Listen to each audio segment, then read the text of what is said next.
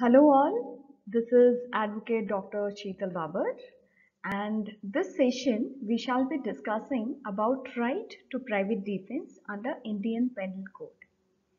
Now we all know what is this right to private defense. Even layman language we use this word right to private defense. This is something for a self-defense. There's certain occasions, there's certain incidences under Indian Penal Code wherein we consider these situations as exceptional and something wrong committed is not to be considered as a wrong. The reason for this is if provided this wrong is done to self-defend the body or property of an individual. So this session I shall be discussing all about such incidences which are allowed or granted by Indian Penal Code and certain occasions which under Indian Penal Code are considered to be occasions where right to private defense can be exercised. Let us go on to the next slide to get the details of what are these incidences and what are these occasions where right to private defense is allowed.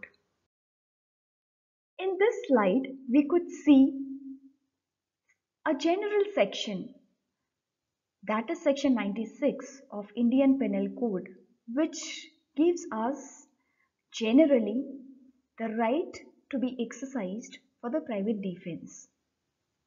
This section specifies nothing is an offense which is done in exercise of right of private defense. So basically, whatever wrong committed by an individual to defend himself or some another person as well shall not be considered as an offense under Indian Penal Code, especially section 96. So section 96 of Indian Penal Code is nothing but a general principle which states as to private defense is definitely a defense under criminal cases or can be a defense for a person where he could prove or she could prove that this particular wrong committed by him or her is to save her, his or someone else's life. When we talk about 96 giving us a right to private defense, we also consider section 99 which takes away this right of private defense. But not always is the rule. So not always in all of the situations section 99 takes away this right of private defense. It has certain incidences again which are explained as well as mentioned under section 99 of IPC, which we say are the occasions or incidences which definitely takes away the right of private defense. So first of all, section 96 takes away this right of private defense only in two cases. The first case it talks about the private defense is not available against the public servant. Also, in second situation, it is not available against the person who is acting on behalf or acting on public servant's orders. However, the two situations again mentioned under section 99, though which specifies that right to private defense is taken away or is not available against public servant or person acting on behalf of this public servant by his or her orders, but there are two circumstances. The first circumstance is if the act doesn't apprehend death or grievous hurt. And secondly, if there is a time to have recourse to protection of public authorities. Now, what does this mean? So, in general, when we discuss section 99, which takes away the right to private defense, we have four circumstances. The first one, as I discussed earlier, is it is definitely not available against the public servant. But is it the case that it is not available all the time against the public servant? No. It is not available against the public servant only in case if the public servant is under authority and is discharging his or her duty under that respective authority. Also, second circumstance, where not necessarily always the authority needs to be there present, but authority can be further delegated legally. So once the authority of this public servant is delegated legally to some another individual, and that some another individual is acting on behalf of this public servant or by his or her orders, then right to private defense is definitely not available in this second circumstance. So to connect this, I would like to give an example of this very pandemic through which we are already going. In this COVID situations, maybe not everywhere we find police. In some places, we find the home guards. These are the home guards which we definitely can say are with certain rights, with certain duties imbibed in them on behalf of this police officers. Say for example, a home guard is definitely the one who can check your identity, who can check the permissions taken by you to apply from one place to another place. In such cases, this home guard is to be considered as a public servant, though he might not actually be the police officer in charge or police officer on duty, but definitely he is the one who is legally imbibed with this duty of discharging whatever is authorized in respect to that situation. The third situation or circumstance which 99 specifies is right to private defense cannot be exercised in the situation or the circumstance where there is no apprehension to death. Also, it cannot be exercised in the situation or circumstance where there is no apprehension to body or property for or to a grievous hurt. The fourth situation is where there is time to have recourse to protection or availing protection of public authorities. So if there is no apprehension to death, you cannot have any right to private defense to that extent. I must repeat this, to that extent. If there is no apprehension to grievous hurt to the body or property, to that extent, definitely right to private defense is taken away by section 99. Also, if you have a police station which is quite closer to your place and there is apprehension to the property of yours, you definitely do have a time to recourse the protection of the police officers, for example, or the police authorities, for example. In this case, you definitely do not have right to private defense to be exercised as per section 99. Section 99 also gives us certain explanations, especially two explanations. The first explanation says, unless the person exercising the right to private defense knows about the authority of the public servant, and secondly, unless the person knows the authority of the person acting on behalf of the public servant, there is right available of private defense. So, when does section 99 comes into the scenario in situation where a public servant is acting or a person is acting on his order only till the time the person knows that these are public officers or public authorities. Say for example, A is the person who sees some people encroaching his plot. They are in a civil dress. He apprehends that these people will hurt his property. He could see deadly weapons with them. He went to those persons and inquired as to who they are. Till this time, he does not know that these are police officers or rather public servants who are looking into the plot, the details of the plot, or rather who are inquiring concerned to that plot. Sure, till the time A doesn't know that these are public servants, though upon n number of inquiries, there was no answer from these public authorities. and they started digging up this plot. Here A does not know that these are public servants, I repeat this, and hence in this situation he definitely do have a right to private defense against these individuals. Where does this right of private defense of A stops is the time he comes to know that these are the public authorities under certain duties imposed upon them, and they are definitely into the frame of discharging those duties. So section 99 can be attracted only in the situation of these two explanations, along with the four circumstances what we have discussed. So section 96 gives us a right to private defense, while section 99 takes away our right to private defense. Let us go ahead with more discussions to right to private defense. This slide explores section 97 in a very simple thing. It says every person has a right to defense with two circumstances.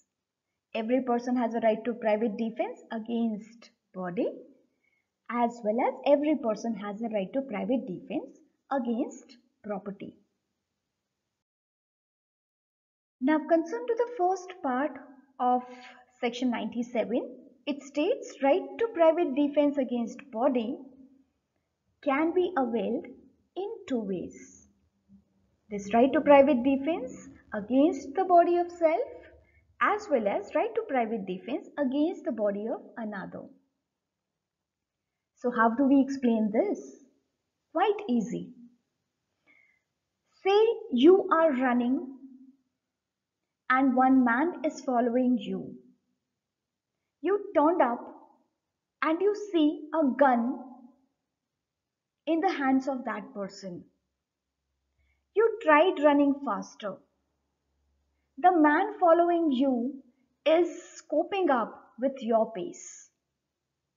For last 15 minutes, you're just increasing your pace and he is following you.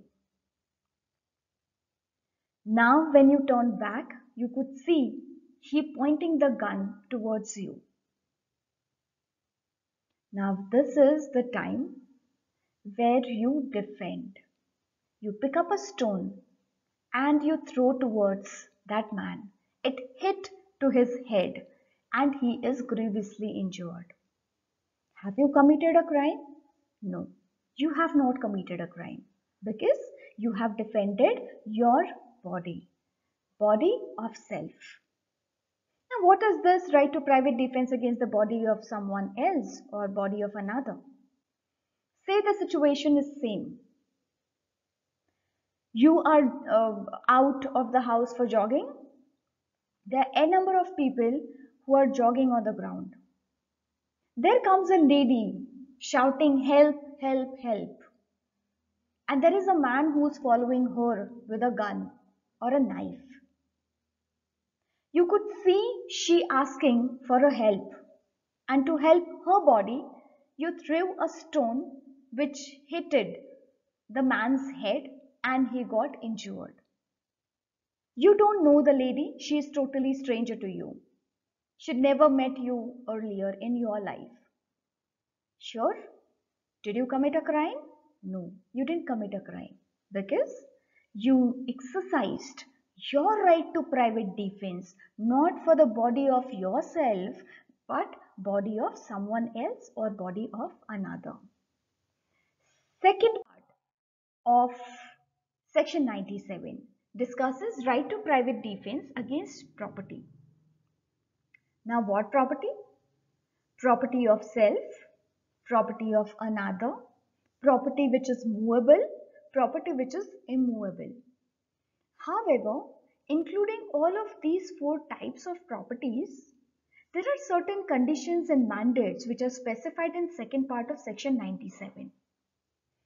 It states that a person do have right to private defense against property, against all of these kinds of properties. However, the act should fall under the definition of theft, robbery, mischief, criminal trespass, or attempt of all above. So unless and until self property or property of some another, or movable property of self or movable property of some another, or immovable property of self or immovable property of some another is considered to be a theft by the offender, or can be considered as a theft by an offender, or to be considered, or is criminal trespass or mischief, then this right to private defense is available to you. So let us take an example. You could see someone committing a theft at your neighbor's place. There is someone who is breaking the lock of the house of your neighbor. In this situation, you took up your gun and you pointed it towards the thief. The thief got aggravated, he got provoked by your act, and he took out the knife. To defend yourself, you shot him at his leg. This firing, whether it is a crime? No, it is not a crime. Why? Because you saw this thief, you saw this offender attempting to commit a crime of theft. Though this is not your property, but right to private defense of property or against property is available for property of another as well. Same situation happens with you. Definitely you do have a right to private defense of your own property. You see someone stealing your friend's car, movable property, you definitely do have a right to private defense against the property of your friend. You see someone stealing a car of a stranger, you definitely do have a right to private defense against the property of a stranger. So you, in this private defense or exercising this private defense against the property of self or another, you definitely do have not committed any crime and your case can be fitted under section 97 of IPC. Section 98 specifies a specific category. So when we discuss section 96, 97, 99, in both of the situations, when we have a right to private defense or where the right to defense, private defense is taken away under section 99, in both of these situations under these three sections, we saw circumstances concerned to general individuals. But 98 specifies the right to private defense against a specific category of individuals, which is unsound person. Now, how do you calculate an unsound person? Not necessarily all the time that individual has to be of unsound mind or born unsound, or that is something which we call a physical or mental disability. There are four circumstances which are discussed under section 98, first of which is want of maturity. So lack of maturity also is considered as unsoundness under section 98, which probably is averagely considered as unsoundness under all other laws, say for example law of contract as well. The second is unsoundness. The circumstance discussed under section 98 is generally what we discuss unsoundness, that is an idiotic person, an epileptic person, or probably a schizophrenic person, who in certain circumstances is under the influence of these mental disabilities. Thirdly, section 98 also covers artificial influence, temporary influence by artificial consumption of certain substances, or consumption of substances which gives artificial and not natural unsoundness. And why do I say artificial? Because it is because of influence of some substance which does not naturally make that individual all the time unsound, but to the extent of temporariness. Hence, alcoholic influence or influence of drugs, consumption of drugs gives that individual the disability to understand soundly what exactly he is acting, whether he or she is acting in a legal way or a wrongful way, illegal way.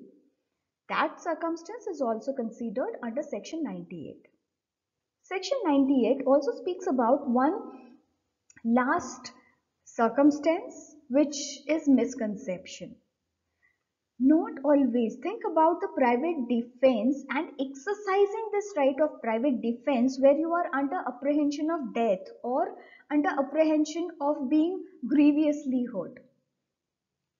Probably not all the time, and every single time you exercise this private defense or right to private defense, you have that much of time to conceive exactly what is happening against your body or property. There can be circumstances where there is misconception.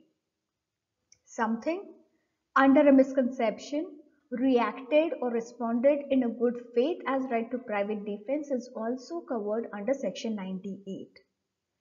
In general, taking an example of unsoundness, I have mentioned here an example. A is of unsound mind and under influence of madness. He attacks B and tries to kill him because he is unsound. He is not capable of understanding what he is doing. Probably he is doing this or acting in this manner just out of fun because he doesn't know what the consequences of this shall be. B counterattacks and severely injures A. B is of sound mind, but he's been attacked by an unsound person. Sure, B has not committed any offense as he is acting against a private defense for saving his life or saving his body. Neither here A also has committed any offense because there is want of maturity or rather lack of maturity to understand the act which he is proceeding with. So Section 98 concludingly discusses four situations of unsoundness, immaturity, actual unsoundness, intoxication, and misconception. Let us go ahead with this right of private defense and discuss to what extent causing death is allowed under right to private defense. So, right to private defense extending to causing death can be further classified and categorized into two parts. One, private defense extending to causing death and available against a body or private defense of body, and secondly, private defense of property extending to causing death. Let us first see as to what these sections, especially section 100 and section 103, deals up respectively in situation of private defense available to body and private defense available against the property. When it comes to private defense available against a body, it states certain circumstances. The first is if there is assault with apprehension of death, then yes, a private defense can be extended to causing death. So say for example, A is attacking B with a deadly weapon. In this situation, B knows that if he has been assaulted, that might definitely cause death, and hence B picked up a stick, iron stick, and hit A on his forehead. A died. The question is whether B has committed any offense. The answer is no, because this is the assault which apprehended death of B. Secondly, if assault is with apprehension or assault is with the extent of apprehending a grievous hurt. Now, the same situation may be A is attacking B with say a moderate stone or a medium sized stone which apprehends B may not be for his life, but definitely that will cause a grievous hurt. Or A has come with such a provocation and is attempting an assault on B that B apprehends his anger or annoyance will cause his body a grievous hurt. In this situation, B responds to the provocation and attack of A again with an iron stick, which causes death of A. The question is whether B has committed murder. No, B has not committed murder because A was assaulting or was supposed to assault B, which caused an apprehension of grievous hurt to B. Next is assault with intention to rape. Need not be discussed more because we have so many examples and so many case laws which set up this basic rule. Say for example, you are a woman, you are a lady, you are all alone at your home. It is 11 p.m. in the night. There comes a man with an intention, a stranger with an intention. He house breaks your house, he comes inside, and his actions and gestures are quite clear about raping you. Sure, you take up an iron stick and hit onto his body. It gets hit on his forehead and he is killed. The question is whether you committed a crime?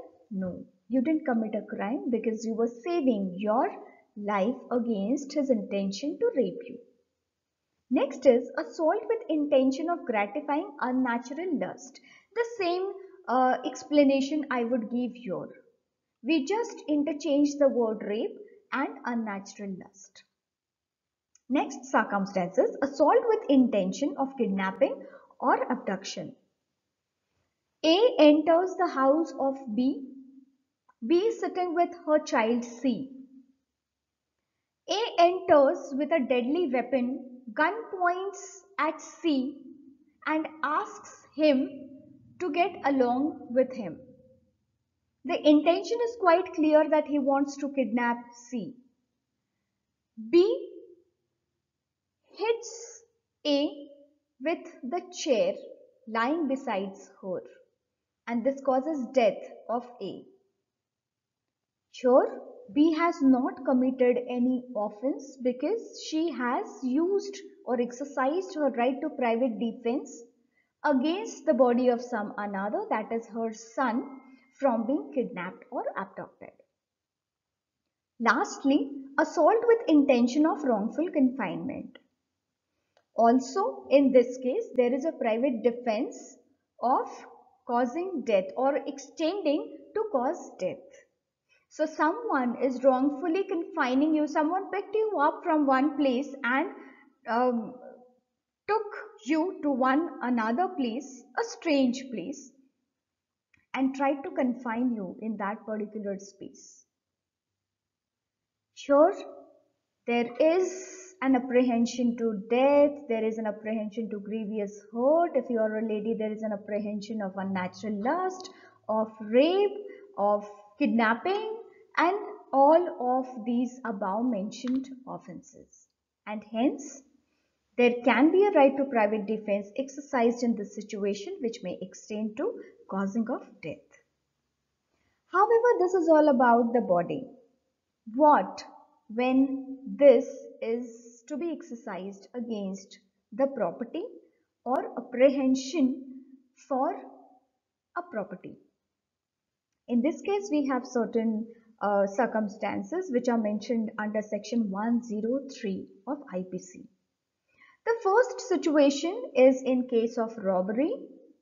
You definitely do have a right to private defense which may extend to causing death of the robber or robbers. In case of housebreaking at night, you definitely, because this is again one of the cognizable offenses, and hence, yes, and basically the punishment of what we shall be discussing henceforth and earlier, all of the punishments or penalties laid down for these offences is more than 7 years, which may extend to life imprisonment, as well as in rarest of rare case death penalty as well. So to the extent of this, right to private defense can be exercised. In case of mischief by fire in a human dwelling, definitely is something which is punishable for more than 7 years, and hence this is again a cognizable or a severe offense.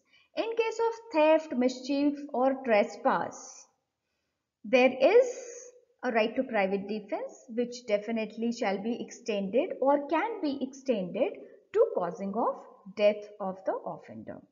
And lastly, which is also applicable to body, apprehension of death or grievous hurt is one of the circumstances wherein right to private defense can be exercised against the property, which may extend to causing of death of the offender.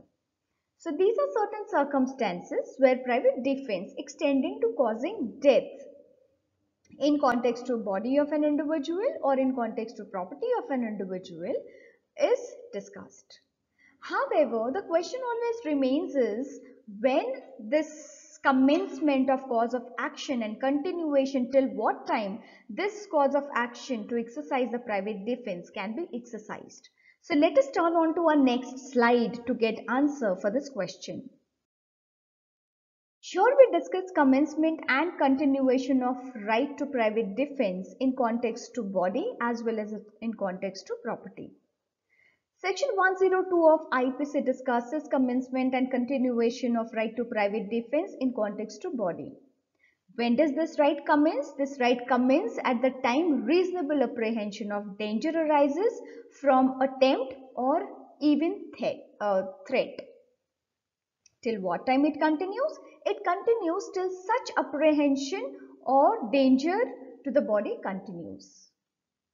And in context to property, it is section 105 which discusses about commencement, very similar to the body with reasonable apprehension to the property. So maybe at the time of house breaking, once the house is broken or even the attempt of breaking house is the cause of action, we say, where right of private defense arises.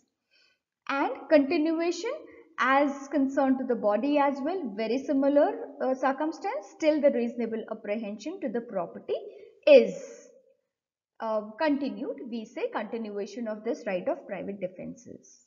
Let us go on to the last slide which discusses section 106 where this right to private defense pauses. Section 106 talks about right to private defense where risk of harm is to the innocent person. Now, till now we were discussing only about two individuals, one attacking the other and other one responding to his gestures and saving his life or his property. In very rare situation, we saw someone defending or exercising private defense against the body of another. Here we are discussing about the fourth individual who comes into the picture or scene of this private defense with a default. So here neither intention of the defender, private defender, to cause any harm to this fourth individual or third individual, depending on to how many individuals are concerned, nor that individual who is injured out of this scene knows what is happening in this particular scene. What does this mean? This slide talks about, let me just discuss about the example I have stated in this slide. A is attacked by a group of 10 persons in a marketplace. A has no option but to fire a gunshot to exercise his right to private defense against his own body. The lives of number of people in this marketplace is at risk. A, while firing a round of the gunshots, kills one of this innocent person in the marketplace. The question is whether A has committed any crime, because A actually wanted to respond to the attack of those 10 persons. He actually intended to respond to one of those 10 persons just to save his own life. But while doing so, instead of killing one of those 10 persons, he killed the 11th person who is not an attacker as well. In this case also, he is A has not committed any crime because he shall be taking a defense of section 106 IPC, which discusses if there is no intention and in a good faith just to exercise the right of private defense, if any third person or innocent person is at the risk of harm, then there is no offense committed by the one who responds or exercises the right to private defense. So this is all about right to private defense under Indian Penal Code from section 96 to section 106. So thank you so much for visiting this channel and uh, watching this session. Thank you so much.